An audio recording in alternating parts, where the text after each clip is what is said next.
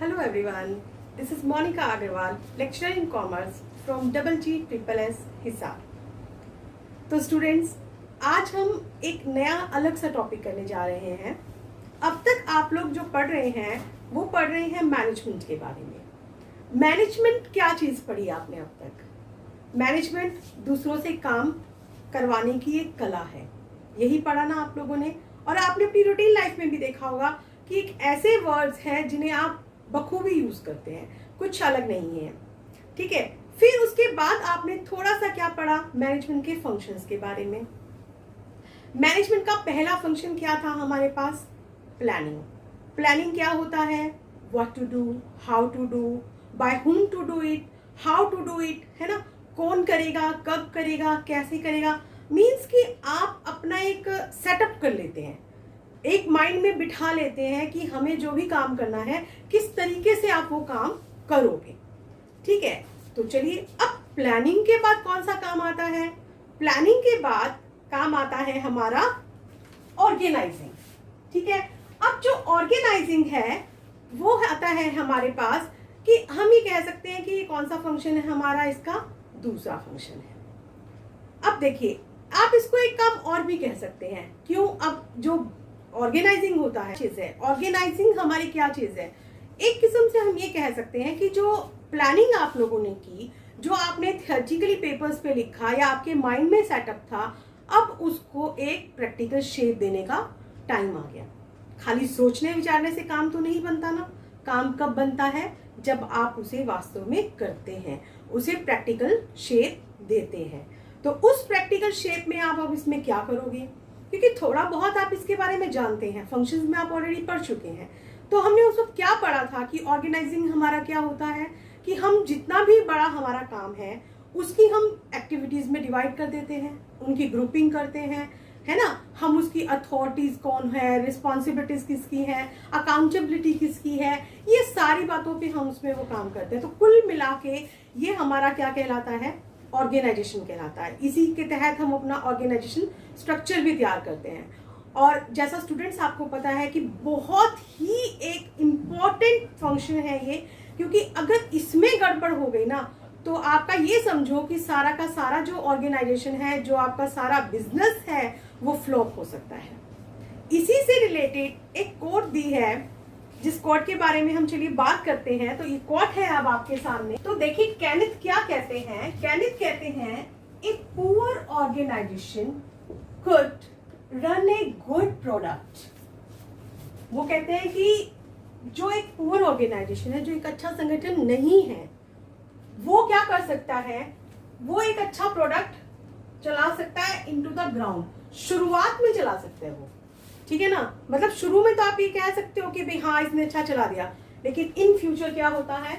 And that a good organization which has comparatively poor product. Means कि देखो कि यहाँ पे हमारा ऑर्गेनाइजेशन पुअर था, लेकिन प्रोडक्ट हमारा क्या है? बहुत अच्छा है, ठीक है। अच्छा प्रोडक्ट था, लेकिन यहाँ पे दूसरी तरफ हमारा क्या है? ऑर्गेनाइजेशन अच्छा है, लेकिन प्रोडक्ट हमारा क्या है? प्रोडक्ट हमारा जो है वो पुअर है, ठीक है। तो वो कहता है कि जो विच has comparatively poor product could run a good product out of the market. की मार्केट में अगर जितने भी प्रोडक्ट हैं हमारे, अच्छे प्रोडक्ट भी है ना, तो उनसे भी वो क्या कर सकता है? अच्छा चला सकता है, ठीक है। तो अब इसका क्या मतलब हुआ? यहाँ पे कहना क्या चाहते हैं? जैसे देखिए, समझिए इस बात को कि मान लीजिए कि मार्केट में बहुत सारे प्रोडक्ट हमारे पास आ रहे हैं। एक ए प्रोडक्ट है, एक बी प्रोडक्ट है, एक सी प्रोडक्ट है। अब ए जो प्रोडक्ट है वो हमारे पास क्या कहता है? यहाँ पे ए जो प्रोडक्ट है ये बहुत अच्छा है, वेरी गुड। लेकिन जो बी है ये अच्छा नहीं है, सी भी अच्छा है, लेकिन अब बी का जो ऑर्गेनाइजेशन है वो बहुत बढ़िया है। वो उन्होंने इतना अच्छा मैनेज किया हुआ है कि वो उसको भी चला सकता है ना। कहते हैं ना कि अगर हम कोई काम सही ढंग से करते हैं ना, तो खराब काम को भी हम क्या कर सकते हैं? सुधार सकते हैं। लेकिन अगर हम काम को ढंग से नहीं करते तो अच्छा बना बनाया काम भी बिगड़ जाता है। तो यहाँ पर भी सेम वैसी ही बात है कि अगर आपने बहुत अच्छा सा संगठन बनाया है, अगर आपका ऑर्गेनाइजेशन सही से है और अच्छा बना है, तो वो एक बेकार प्रोडक्ट को भी चला सकता है। वरना वो एक अच्छे प्रोडक्ट को भी मिट्टी में मिला देगा।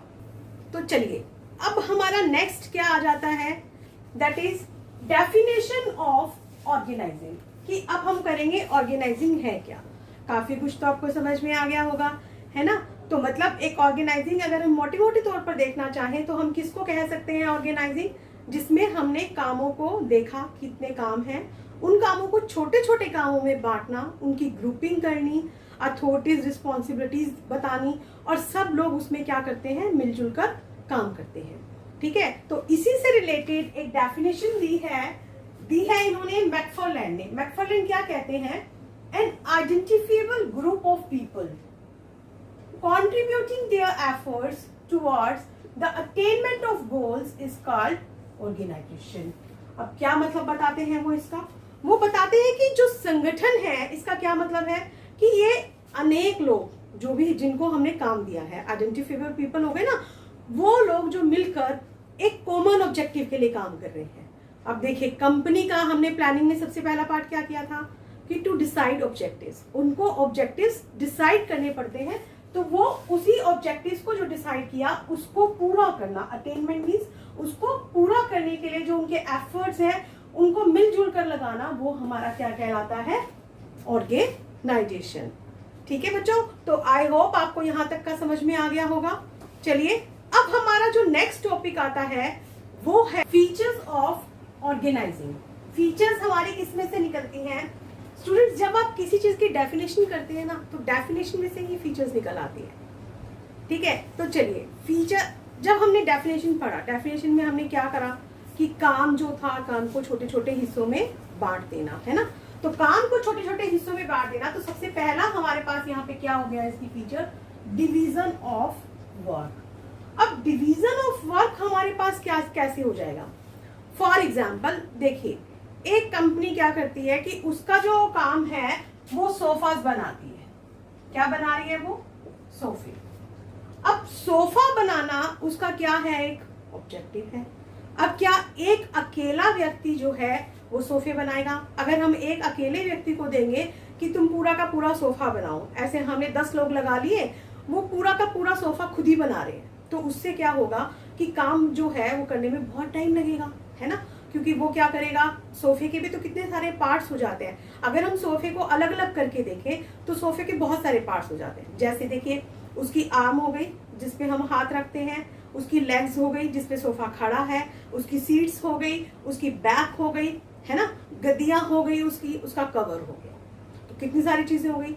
अब हम क्या करते हैं, ऑर्गेनाइजिंग में हमें क्या सिखाया जाता है कि ऑर्गेनाइजिंग में हम ये सीखते हैं कि उस काम को छोटे छोटे हिस्सों में बांट देना। मतलब जो हमने एक सोफा बनाना था, अब हमने सोफे के कितने सारे काम कर दिए, हमने 5 काम कर दिए। कौन कौन से हमने 5 काम उसमें किए, हमने क्या किया, उसकी लेग्स अलग बनाई, आर्म अलग बनाई, हमने उसकी बैक अलग बनाई, उसका फ्रंट अलग बनाया हमने, ठीक है, और उसकी सीट्स हमने अलग बनाई। तो ये सारा का सारा हो गया, और सीट्स के साथ हमने जो उसके कवर थे वो भी हमने क्या किया, वो अलग से बनाए हैं। ठीक है, तो पहला काम अब हमारा क्या हो गया, डिवीजन ऑफ वर्क हो गया। अब चलिए दूसरे काम की तरफ चलते हैं। अब दूसरी इसकी विशेषता क्या है कि कोऑर्डिनेशन। देखिए आपस में कोऑर्डिनेशन का क्या मतलब होता है, आपस में तालमेल होना। अगर आपस में कोऑर्डिनेशन ही नहीं रहेगा तो काम कैसे होगा। अब क्या मतलब हुआ इस चीज का, देखिए जैसा मैंने बताया कि इसी सोफे के एग्जाम्पल को लेकर ही मैं आपको पूरा का पूरा करने वाली हूँ, तो उसको दिमाग में बिठा लो कि सोफा हमने बना रहे हम। तो सोफे में अब क्या है कि काम को हमने छोटे छोटे हिस्सों में बांटा, किसी को हमने लेग दी, किसी को आर्म, किसी को बैक, किसी को फ्रंट, किसी को सीट, किसी को कवर, ऐसा हमने सब कुछ दे दिया। अब लेकिन अगर उनमें आपस में तालमेल नहीं है कि कितना बड़ा सोफा है, छोटा सोफा है, तो कहीं पे गड़बड़ हो सकती है। हो सकता है जो फ्रंट का हिस्सा वो बड़ा हो, बैक जो है वो छोटी पड़ जाए, नहीं बनेगा सोफा। सोफा सही बन गया लेकिन सीट वाले के साथ आपका कोऑर्डिनेशन नहीं है, उससे तालमेल नहीं है, तो सीटें छोटी बड़ी बन सकती हैं, है ना, कवर छोटे बड़े बन सकते हैं। तो आपस में सब लोगों का तालमेल होना जरूरी है, तभी एक सोफा जो है वो अच्छा सा बन जाता है। ठीक है, तो सेकंड पॉइंट हमारा क्या हो गया, कोऑर्डिनेशन। फिर हमारे पास क्या चीज आती है, प्लुरैलिटी ऑफ पर्सन। अब जब ऑर्गेनाइजिंग हम करते हैं तो ऑर्गेनाइजिंग में क्या चीज है कि बहुत सारे लोग होने चाहिए। एक पर्सन से कभी भी ऑर्गेनाइजेशन नहीं बनता, एक से ज्यादा पर्सन होने चाहिए। अब यहाँ पे तो था ना हमारे पास ऑप्शन कि हम या तो एक पर्सन को सोफा दे सकते थे या फिर हमने यहाँ पे 5-6 लोगों को हमने उसमें काम बांट दिया है। तो मतलब एक से ज्यादा लोग अगर होंगे तो वो काम हमारा कैसे होगा, बहुत अच्छे ढंग से हो सकता है। ठीक है, फिर अगला क्या आ जाता है, कॉमन ऑब्जेक्टिव। अब यहाँ पे ये नहीं है कि अगर हमने जिसको काम दिया है वो सब अपना अलग अलग सोचेंगे, कोई इस दिशा में जा रहा है कोई उस दिशा में जा रहा है, काम नहीं बनेगा। काम कब बनेगा, जब सब मिलकर एक कंपनी के ऑब्जेक्टिव की तरफ जा रहे हैं, तब काम बनता है ना। यहाँ पे अब कंपनी का ऑब्जेक्टिव क्या था, कंपनी का ऑब्जेक्टिव सोफा बनाना था। तो उस कॉमन ऑब्जेक्टिव को पूरा करने के लिए अब ये सब लोग जब मिलके काम करेंगे तभी हमारा क्या होगा, एक ऑर्गेनाइजेशन अच्छा बनता है। And the last point is क्या है इसमें, organization is a machine management. अब ये मशीन मैनेजमेंट आप इसको क्यों कह सकते हैं, सोचो जरा, क्यों भाई। अगर इसमें जैसे देखो आपके पास कोई मशीन है, उस मशीन का अगर एक पार्ट, छोटा सा पार्ट अगर खराब हो जाए, लूज हो जाए, तो वो चलता है क्या, नहीं ना। आप स्कूटर चलाते हैं, आप गाड़ी चलाते हैं, गाड़ी का अगर एक पहिया निकल गया या उसमें से एक पेच निकल गया, उसकी हवा कम हो गई, तो क्या गाड़ी सही से चलती है, नहीं चलती ना। तो उसके लिए क्या जरूरी होता है कि वो सारे की सारी सही हो, बैलेंस हो, उसमें सभी में हवा वगैरह जो है, टायर वगैरह जो है वो सही से लगे हो। तो यहाँ पर भी ये क्या है, एक किस्म से जो ऑर्गेनाइजेशन है वो एक मशीन मैनेजमेंट है, क्योंकि जिसमें हमने काम को बहुत सारे हिस्सों में बांटा और उन हिस्सों से पूरा मिलके जो हमारा एक जो मैनेजमेंट है वो बनता है, हमारा एक काम होता है।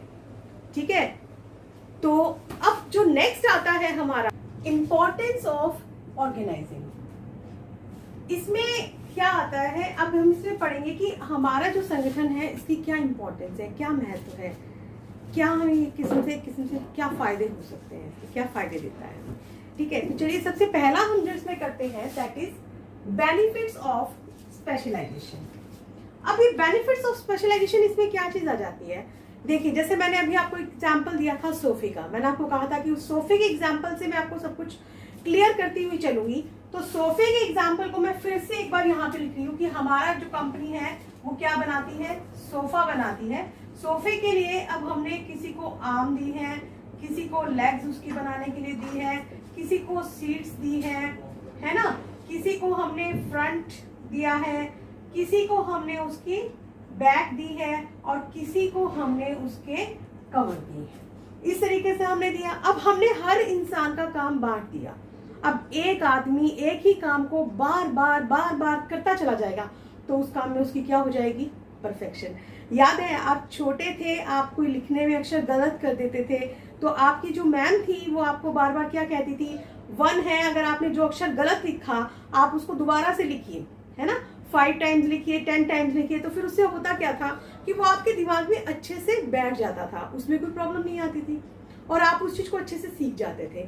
फिर जब छठी बार आप उसको लिखते थे तो आपको टाइम भी नहीं लगता था, ऐसा होता था ना। तो यहाँ पे एक किस्म से, जैसा मैंने आपको पहले बताया था कि एक बिजनेस स्टडीज बहुत इंटरेस्टिंग है।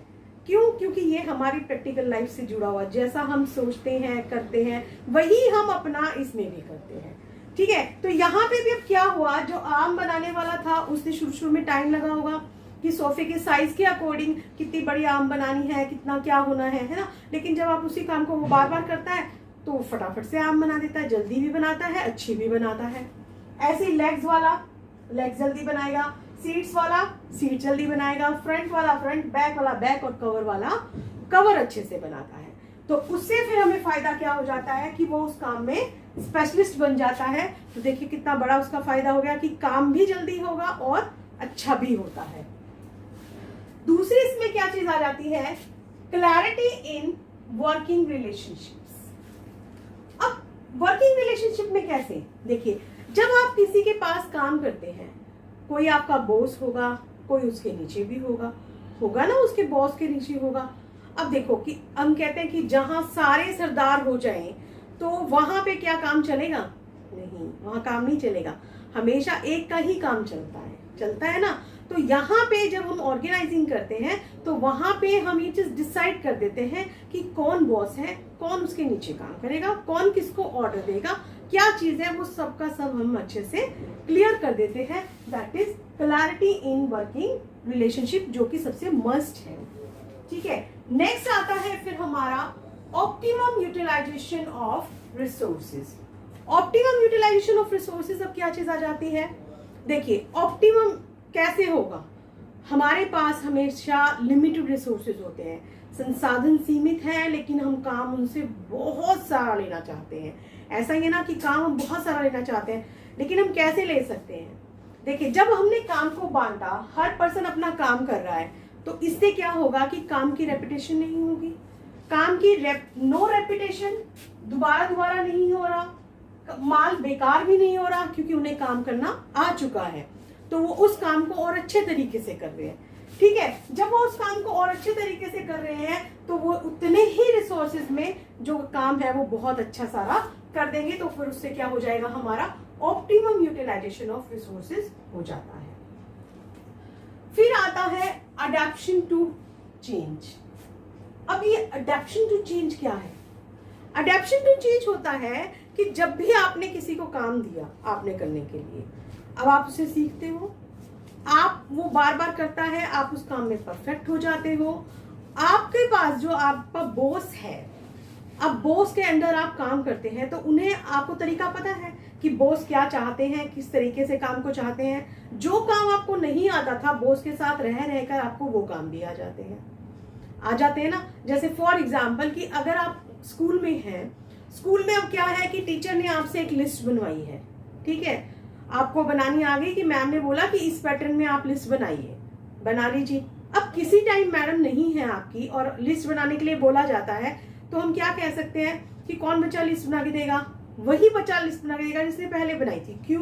क्योंकि उसे तो सारा काम पता है, वो तो फटाफट से बना सकता है, उसके पास डाटा भी है और उसके पास सब कुछ है, तो उसी लिस्ट को दोबारा से अच्छे से बना सकता है, उसे सारा काम अच्छे से पता है। तो ऐसा ही कंपनीज में भी होता है। कंपनीज में क्या है कि अगर बाई चांस कोई छोड़ के चला गया, हमारी कोई खाली हो गई जगह, तो उसके बदले हम किसी की प्रमोशन कर सकते हैं। प्रमोशन करने का फायदा क्या हुआ? यही सेम, सबॉर्डिनेट ने बॉस के साथ काम किया हुआ है, उसे काम करने का तरीका आता है, तो वो उस काम को अच्छे से कर सकता है।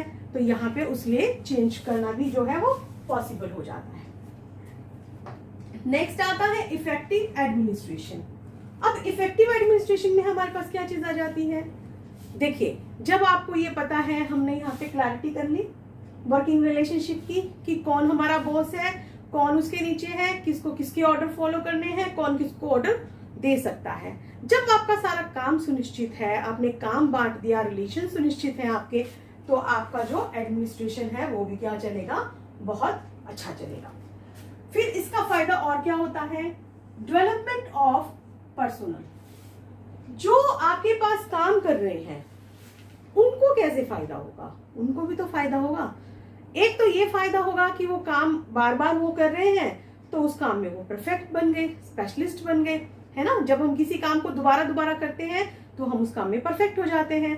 ठीक है, दूसरा उसमें क्या फायदा होगा कि जब हमारे पास काम ज्यादा हो जाता है, कुछ हो जाता है, तो हम वहां पे डेलीगेशन ऑफ अथॉरिटी कर देते हैं।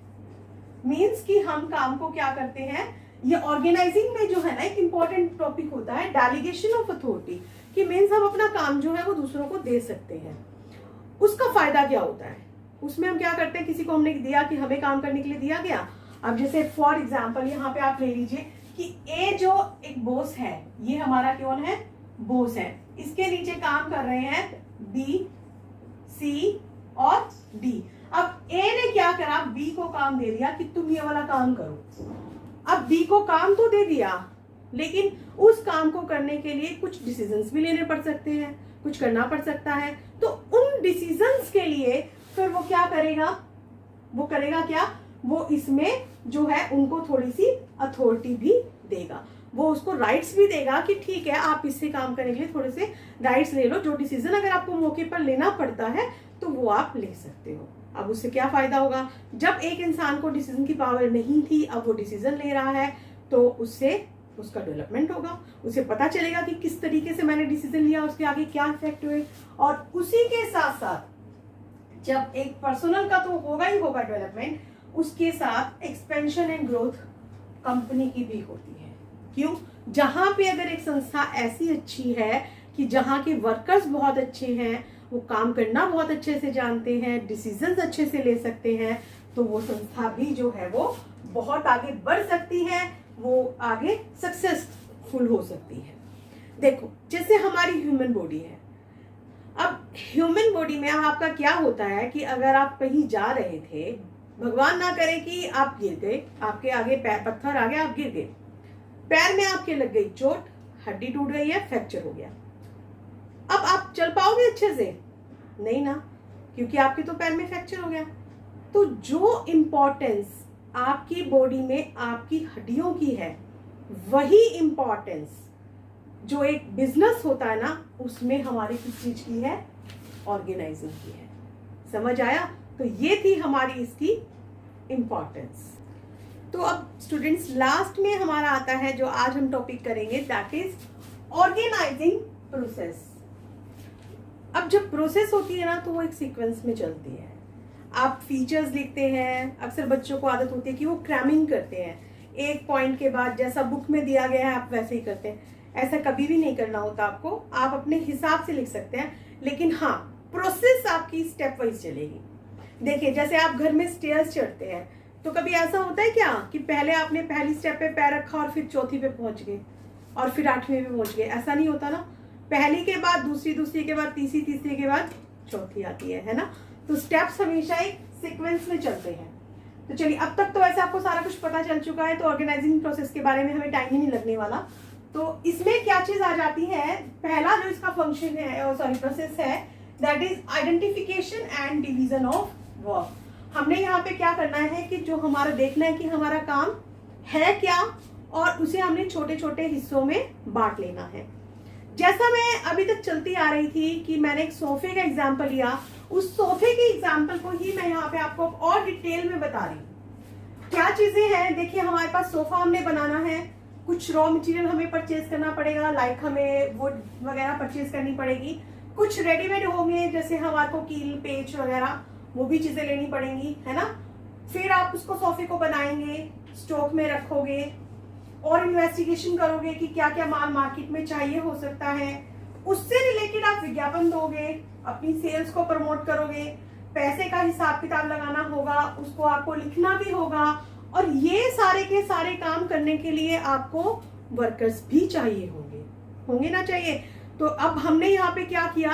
सबसे पहला काम हमारा क्या था? मेन काम था हमारा, हमने आइडेंटिफाई क्या किया कि हमें यहाँ पे सोफा बनाना है। अब उस सोफा बनाना और उस सोफे बनाने के काम को हमने इन छोटे छोटे भागों में बांट लिया कि कोई बंदा रॉ मटेरियल परचेज करेगा, कोई रेडीमेड को परचेज करेगा, कोई बनाएगा, कोई स्टॉक का ध्यान रखेगा, कुछ लोग इन्वेस्टिगेशन करेंगे, कुछ एडवर्टाइजिंग, कुछ सेल्स।